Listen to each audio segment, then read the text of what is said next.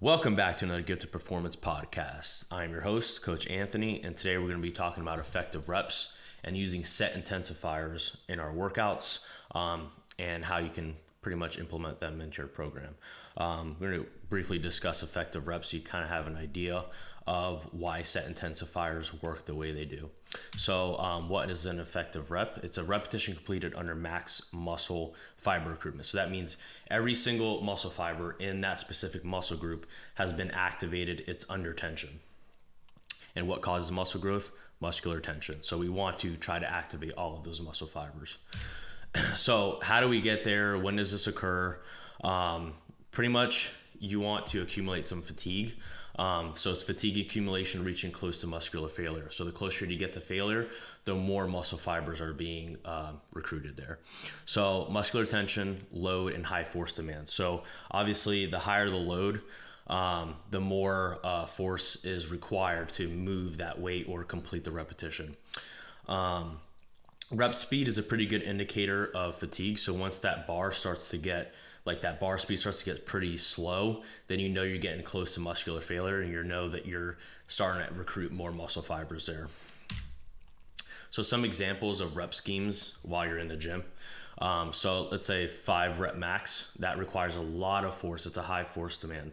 So you're gonna get full muscle fiber recruitment probably on the first or second rep, and you're looking at 4 to 5 effective reps where all of those muscle fibers were under tension, or all of those muscle fibers were activated for those 4 to 5 reps. So if we go a little higher to like a 12 rep max, now you need to do about 8-9 reps to cause enough fatigue to start to recruit more muscle fibers to get that full fiber recruitment.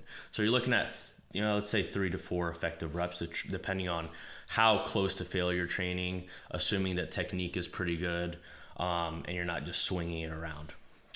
Same thing with a 35 rep max. Obviously you don't want to be swinging it around. You want to do good technique, good form. But with 35 reps, let's say 30% of your 1RM, it's a really light weight. So now you're gonna have to do about 30 reps to cause enough fatigue to get that full fiber recruitment. And you're looking only at about 3 to 5 effective reps. So you just had to spend time doing 30 reps to get those 3 to 5 effective reps.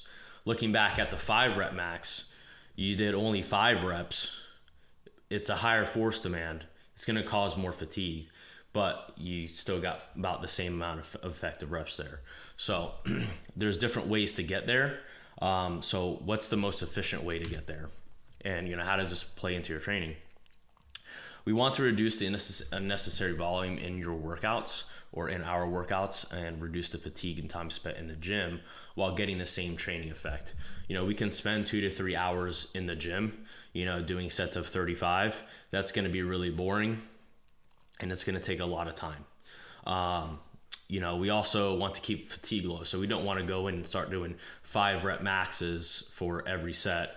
One, that's going to hinder your training in that session, and it's going to accumulate too much fatigue and start to hinder your progress in your mesocycle. So the rest of your training cycle. We don't want to have too much fatigue too soon. So we want to achieve that full muscle fiber recruitment without too much load or too light of a load to keep fatigue accumulation low during the mesocycle, as well as the session, and reduce time spent training in the gym. So how do we get there efficiently? What's the most efficient way to get there? Obviously, we don't want to do a 5 rep max, like I said, every set just to get 15 effective reps. It's too fatiguing. So 3 sets of 5 at a 5 rep max, yeah, it's going to get you 15 effective reps, but it's going to kill you for the rest of the workout, and it's really going to hinder you for the rest of your mesocycle. So it's going to take longer to recover. Especially talking about joints, tendons, and that kind of thing, more risk for injury. So we don't want to do 3 sets of 35 to get 15 effective reps. That's kind of boring, and like I said, a waste of time. It's too much time in the gym. So we could kind of meet in the middle. We could do like 6 sets of 8 of shoulders. So let's say you broke it up into 2 exercises of 3 sets of 8 and a total of 6 sets. And we're training with, let's say, 1 rep in reserve.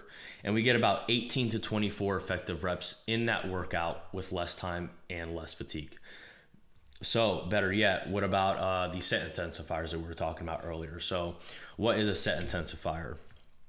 drop sets, rest pause sets. You probably heard of a drop set. A lot of people use those.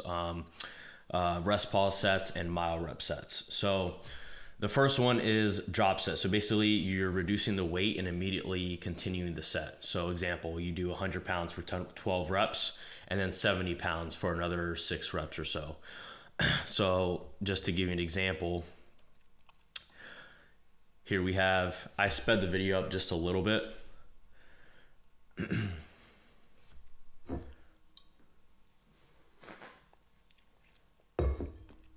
So here I'm doing bicep curls with 15s, and I'm gonna drop set here in a second to 10-pound dumbbells, and I'm continuing the set.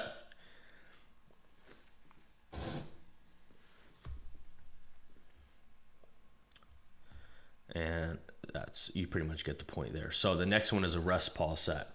So you're gonna complete an initial set, and then you're gonna rest 15 seconds, and then continue the set for another number of reps. So let's say, for example, you did 12 reps with 100 pounds. You're gonna rest 15 seconds, and then do another 4 reps with the same 100 pounds. You're not gonna change the weight there. So here's rest pause, for example.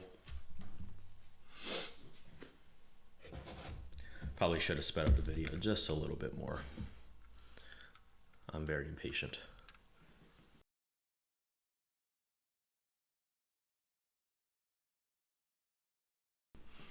So resting 15 seconds. And then I'm going to pick the weights up again after the 15 seconds and continue the set for about another 4 to 5 reps. And you pretty much get the gist of that. The last one is a mile rep set. So this one, most people haven't heard of. So you're going to complete an initial set. You're going to rest 5 seconds and then continue the set for another amount of reps, and then rest another 5 seconds again, and then repeat the set for, let's say, like another 3 to 5 reps. So example, you did 100 pounds for 12 reps, you rest 5 seconds, you do 100 pounds again for 4 reps, rest 5 seconds, and then you do 100 pounds again for another 4 reps. And we'll play this video here too.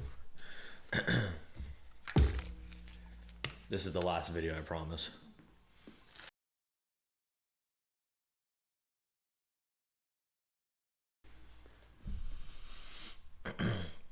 So I'm gonna rest 5 seconds here.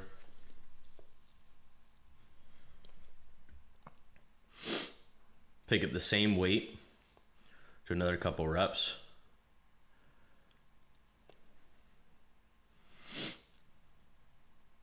Rest 5 seconds. And then continue the set one more time for another couple reps. And you pretty much get the point there. So how to kind of count our effective reps and keep our effective reps in mind when we're using set intensifiers. So a drop set, for example, if you did 12 reps at 100 pounds, let's say we're training with like 1 to 2 reps in reserve. So we're not training exactly to failure, but we're training close to it. So you're gonna get about 2 to 3 effective reps there. When you do your drop set and you go down to 70 pounds, you're gonna do about 6 reps. Again, we're sticking with 1 to 2 reps in reserve. So the reps in reserve should stay the same between the first initial set and the second part of the set, which is the drop set, the second part of the rest pause set, etc. So we do another 6 reps for 1 to 2 reps in reserve, and you get about another 2 to 3 effective reps. So total, that's 4 to 6 effective reps in one set. Let's say you do 2 sets of that exercise.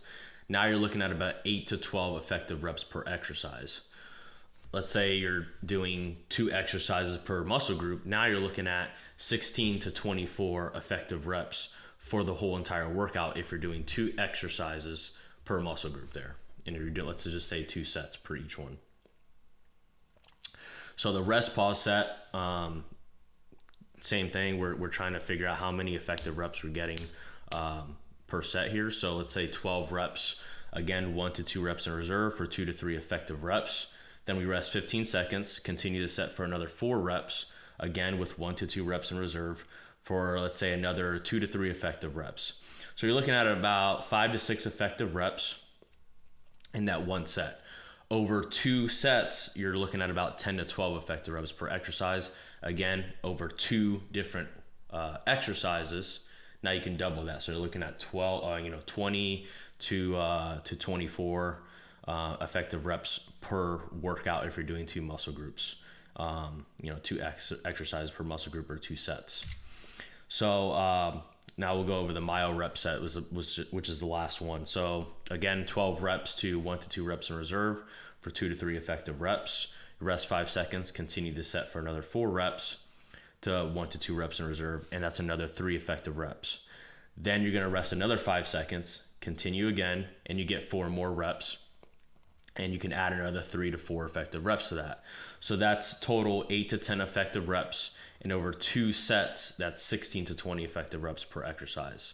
Now you do 2 exercises with 2 sets, and you're looking at 32 to 40 effective reps per workout if you're doing the 2 muscle groups.